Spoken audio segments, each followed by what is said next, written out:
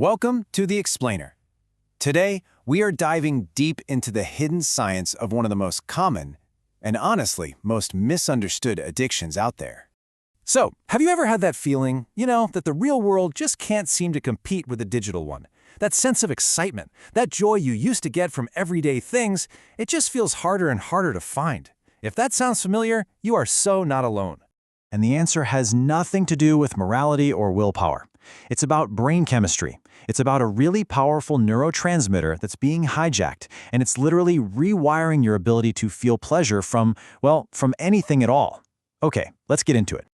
First things first, let's just take a second to understand the scale of this problem by looking at its real-world consequences. And trust me, they're probably a lot more significant than you think. I mean, wow, that's a pretty shocking statistic, right? But it really points to a much, much deeper issue. See, this isn't just about physical performance. It's a huge red flag that the brain's entire reward circuitry is becoming desensitized, and that affects everything: libido, relationships, even just the ability to connect with another person. So here's the crucial point, the thing we really have to get. The industry isn't actually selling pleasure. It's selling dopamine spikes.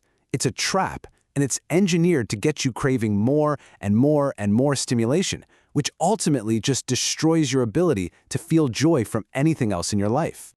So how does this hijack actually work? I mean, what's happening inside your head?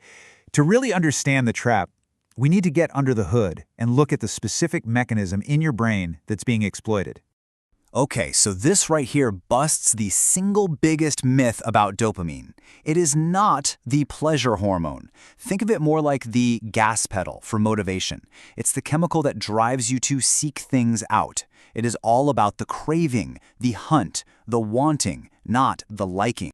And you can see that distinction laid out perfectly here.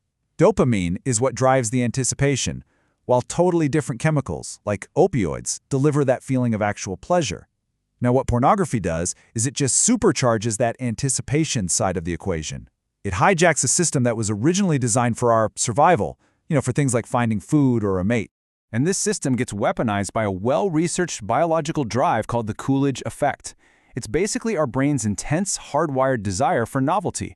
Our interest plummets with familiarity, but it spikes like crazy with something new. And those endless sidebars and autoplay features on these sites, they're not random. They are engineered specifically to exploit this, keeping your dopamine system firing on all cylinders, constantly craving more. This is a classic sign of any addiction, right? The escalation, the need for more. And the answer lies in this brilliant little self-defense mechanism that your own brain cells use to keep from getting totally overwhelmed. Okay, let's use an analogy here. Just picture it. Someone shines a super bright flashlight right in your eyes. It's an overwhelming amount of stimulation, right? Way too much for your eyes to handle. What's your instant automatic reaction? Exactly. You squint. You don't even have to think about it.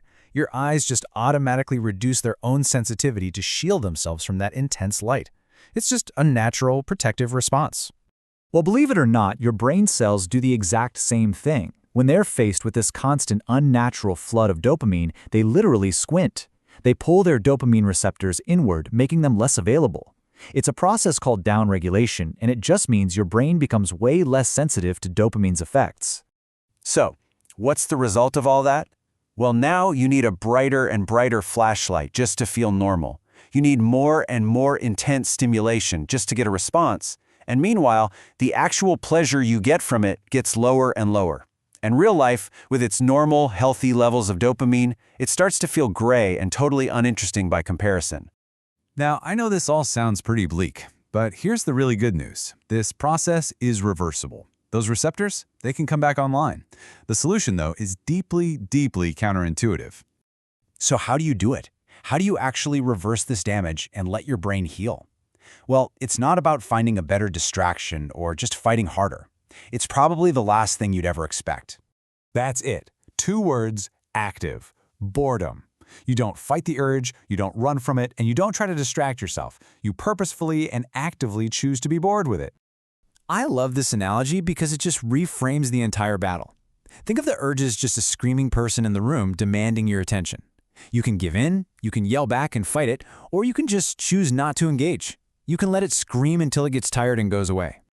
This is basically a dopamine fast. So when that urge hits, you just follow these steps.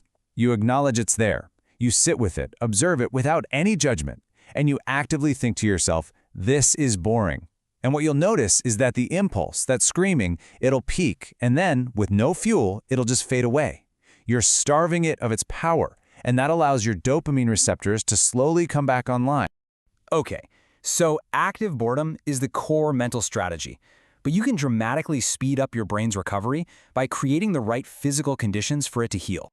The main takeaway here is to build an environment where your brain can't help but heal itself. It's a holistic approach, right? You control your digital world with blockers. You prioritize extra sleep, which is vital for restoring those receptors. You get consistent exercise. You even use things like sunlight and specific nutrients like zinc to support the whole neurological repair process.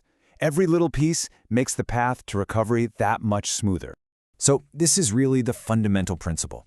The way out is not through more stimulation, it's through less. You have to reset your baseline. By embracing less, you allow your brain to become sensitive again, so you can find joy and excitement and real, deep motivation in the real world once more. Because ultimately, this whole process isn't really just about quitting something.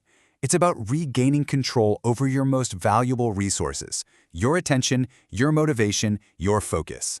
So the real question isn't just how to stop, but what you choose to build with all that power once it's yours again.